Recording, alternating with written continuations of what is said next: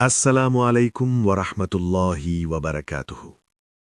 আজ আমরা যাচ্ছি এমন এক যাত্রায় যেখানে ভয়, আশা, মিরাকল, সংগ্রাম আর তাওহীদের আলো একসাথে মিলে গেছে। আজকের এই ভিডিওতে আমরা শুনব হযরত মূসা আলাইহিসসালামের সম্পূর্ণ জীবনী, যা কোরআন মাজিদে সবচেয়ে বেশি বর্ণিত নবীর কাহিনী।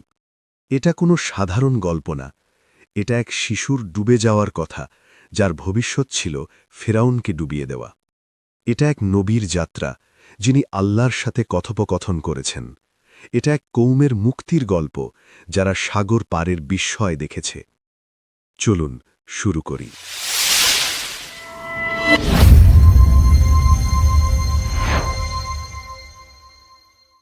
অন্ধকার মিশর, ফেরাউনের রাজত্ব।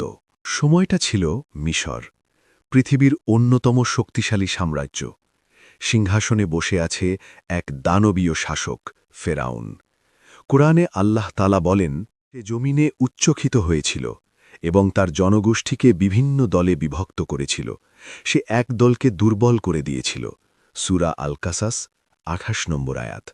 লোকেরা তার সামনে মাথা নত করে, কেউ তার আদেশের বাইরে কথা বলত না। ফেরাউন শুধু রাজা নয়, নিজেকে খোদা দাবি করত। সে বলত, আমি তোমাদের সর্বোচ্চ রব। সূরা নাজিজাত ২৯ নম্বর আয়াত। ফেরাউনের ভয়ঙ্কর স্বপ্ন, মৃত্যুর নির্দেশ। এক রাত ফেরাউন একটি স্বপ্ন দেখে। সে দেখে বনি ইসরায়েলের এক ছেলে জন্মাবে, যে তার রাজ্য ধ্বংস করবে।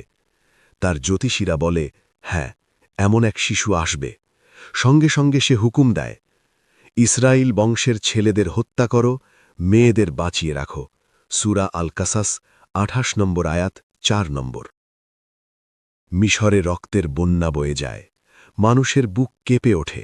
মায়েরা সন্তান বুকে নেন, কিন্তু বাঁচাতে পারেন না। এক মায়ের দোয়া। মায়ের নাম ইউখাবিদ, বাবার নাম ইমরান। এই ভয়ঙ্কর সময়েই এক বিস্ময়কর শিশু জন্ম নিল ইউখাবিদের গর্ভে, হযরত মূসা আলাইহিসসালাম। যখন শিশুটি জন্ম নেয়, মায়ের বুক ভয়ে কেঁপে ওঠে। ফেরাউনের সৈন্য যদি শুনে ফেলে, যদি খুঁজে পায়, যদি আমার শিশুকেও হত্যা করে।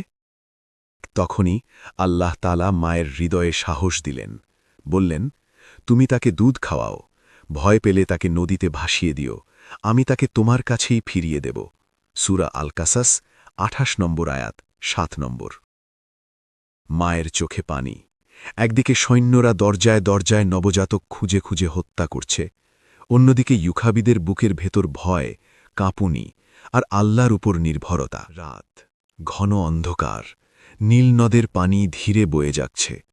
মা শিশুকে কাঠের বাক্সে রাখলেন, বুকে টেনে শেষবার চুমু দিলেন। এবার ছেড়ে দিতে হবে। সৈন্য আসার আগে তিনি ধীরে ধীরে বাক্সটিকে পানিতে ঠেলে দিলেন। এ যেন মায়ের জীবনের সবচেয়ে কঠিন সিদ্ধান্ত, কিন্তু আল্লাহ তাআলার বলা কথার ওপরে বিশ্বাসী তাকে শক্তি দেয়। বাক্সটি যেভাবে যাচ্ছিল তা সম্পূর্ণ আল্লাহর নিয়ন্ত্রণে। বাক্সটি কোথায় এসে থামল? নীলনদ বিশাল, এটি প্রাসাদ থেকে অনেক দূরে। বাক্সটি ধীরে ধীরে ভেসে এসে ফেরাউনের প্রাসাদের সামনে থামল। প্রাসাদের দাসীরা বাক্সটি দেখে অবাক, এটা তো শিশু। তারা বাক্স খুলল, ভেতরে সেই সুন্দর শিশু হাসছে। ফেরাউনের স্ত্রী আসিয়া আলাইহিসসালামের হৃদয় গলে যাওয়া। দাসীরা শিশুকে রানী আসিয়া আলাইহিসসালামের কাছে নিয়ে এল। তিনি তাকিয়ে বললেন, এ শিশুটি আমাদের চোখের ঠান্ডা। সূরা আল কাসাস ২৮ নম্বর আয়াত ৯ নম্বর। একদম মাতৃস্নেহে ভরে গেলেন। তিনি ফেরাউনকে বললেন, একে হত্যা করবেন না। ফেরাউন রাজি হল, কিন্তু আল্লাহর গোপন পরিকল্পনা, শিশুটি সেই প্রাসাদেই মানুষ হবে যাকে ফেরাউন ভয় পায়। শিশুটি কারও দুধই পান করছে না। সবাই চেষ্টা করছে, কিন্তু শিশুটি কোনো দুধই পান করছে না। প্রাসাদে অস্থিরতা, এ বাচ্চাকে কিভাবে বাঁচানো যাবে? ঠিক তখনই মূসা আলাইহিসসালামের বোন আস্তে এসে বলে, আমি এমন এক নারীকে চিনি যাকে দেখলে এই শিশু দুধ খাবে। তারা রাজি হল। মা ছেলের পুনর্মিলন। যাকে তারা নিয়ে এলো, তিনি আসলে মূসা আলাইহিসসালামের প্রকৃত মা। তিনি শিশুকে কোলে নিলেন। মুসা আলাইহিসসালাম সাথে সাথে দুধ পান শুরু করল। প্রাসাদের সবাই খুশি, কিন্তু মায়ের চোখে আনন্দের কান্না। আল্লাহ তার বলা কথা, আমি তাকে তার মায়ের কাছে ফিরিয়ে দিলাম। সূরা আল কাসাস ২৮ নম্বর আয়াত। এটা ছিল আল্লাহর করা একটি নিদর্শন। প্রাসাদের শিশু মুসা আলাইহিসসালাম। তিনি রাজপ্রাসাদে বড় হতে লাগলেন, শক্তিশালী, বুদ্ধিমান, সুদর্শন।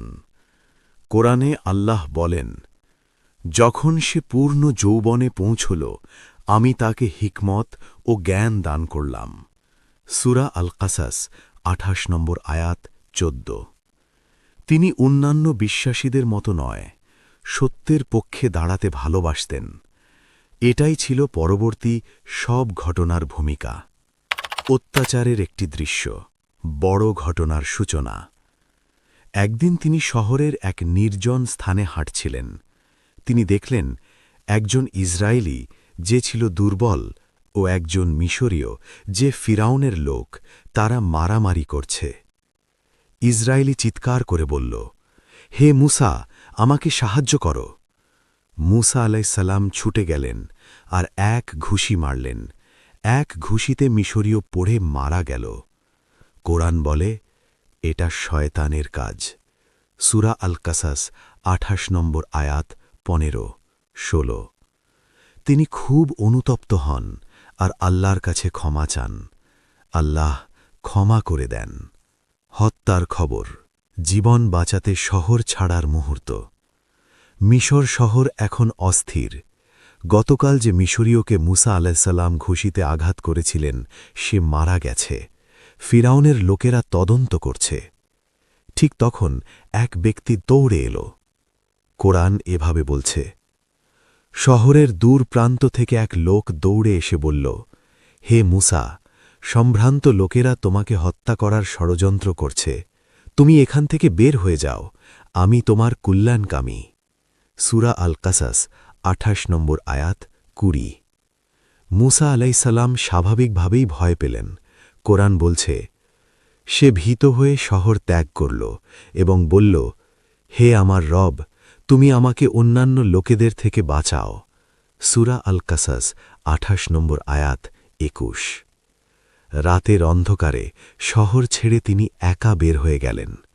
কোনো মানচিত্র নেই, কোনো খাবার নেই, কোনো সঙ্গী নেই, শুধু একটাই বিশ্বাস, আল্লাহ তাআলার বলা কথায় ভরসা। বিশাল মরুভূমি, ৪০ দিনের ভয়ঙ্কর যাত্রা। মুসা আলাইসাল্লামের সামনে শুধু মরুভূমি, বালুর ঢেউ, কালো রাত। তিনি জানতেন না তিনি কোথায় যাচ্ছেন। কোরআন বলে, তিনি বললেন, আশা করি আমার রব আমাকে সঠিক পথে পৌঁছে দেবেন। সূরা আল কাসাস ২৮ নম্বর আয়াত ২২। এটাই তার একমাত্র শক্তি। রাত ঠান্ডা, দিনে প্রচণ্ড গরম, পায়ে জুতো নেই, খাবার নেই, ঘুম নেই। কয়েকদিন না খাওয়ার পর ক্লান্তিতে হাঁটাও কঠিন হয়ে গেল।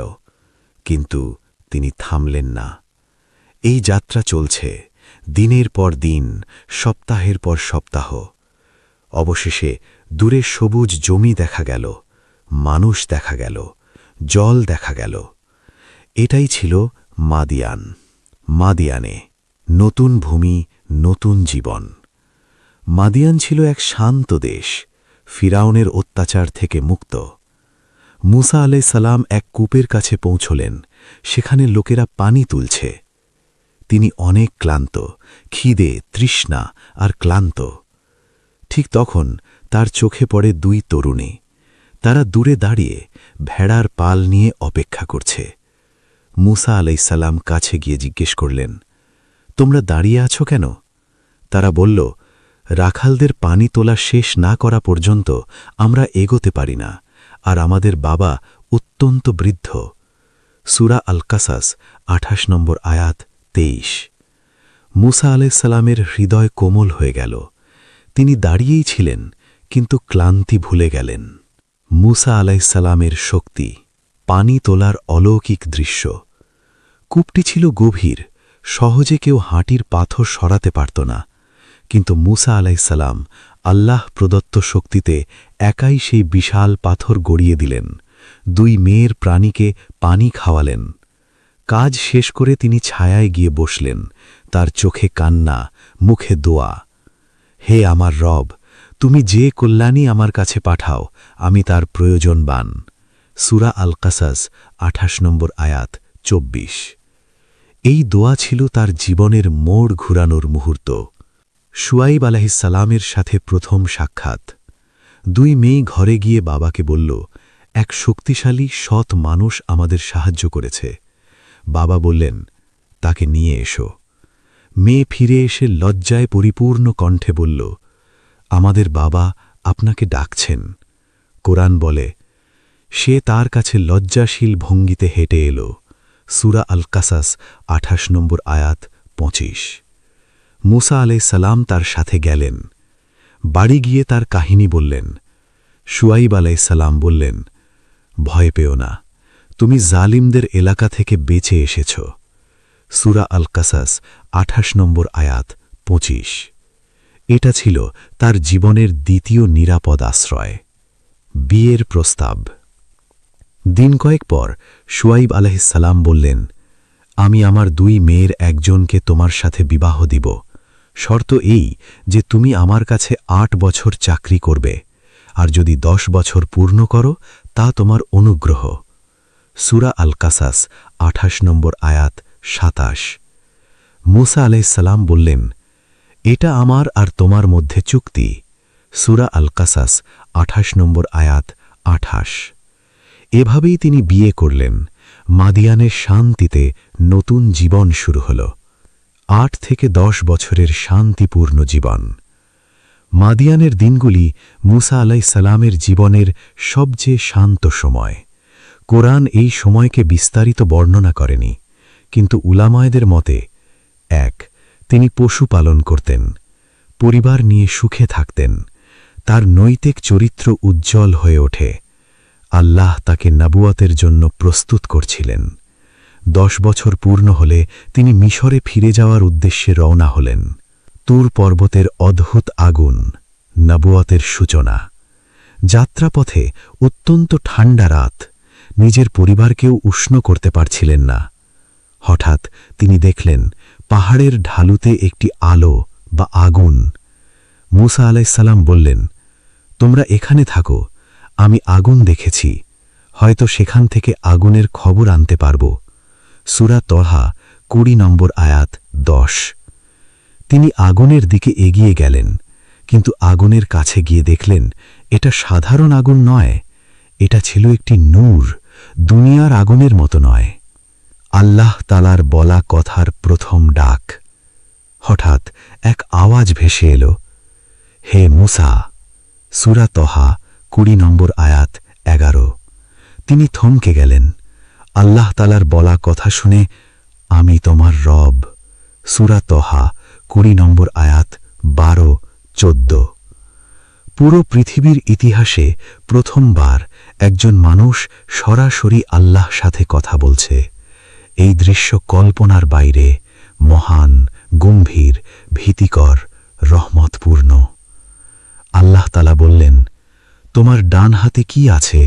সূরা তহা 20 নম্বর আয়াত 17। তিনি বললেন, এ আমার লাঠি। আল্লাহ বললেন, এটা ফেলে দাও। তিনি লাঠি ফেলতেই তা জীবন্ত সাপে পরিণত হল। মুসা আলাইহিস সালাম ভয় পেয়ে পিছিয়ে গেলেন। আল্লাহ বললেন, ভয় পেও না, এটা আবার আগের অবস্থায় ফিরে যাবে। সূরা তহা 20 নম্বর আয়াত 21। উজ্জ্বল হাতের মুজিজা। আল্লাহ বললেন, তোমার হাত বগলের নিচে রাখো, বের করলে তা উজ্জ্বল আলো হবে। তিনি তাই করলেন। আকাশ থেকে আলো বের হওয়ার মতো তার হাত আলোকিত হল।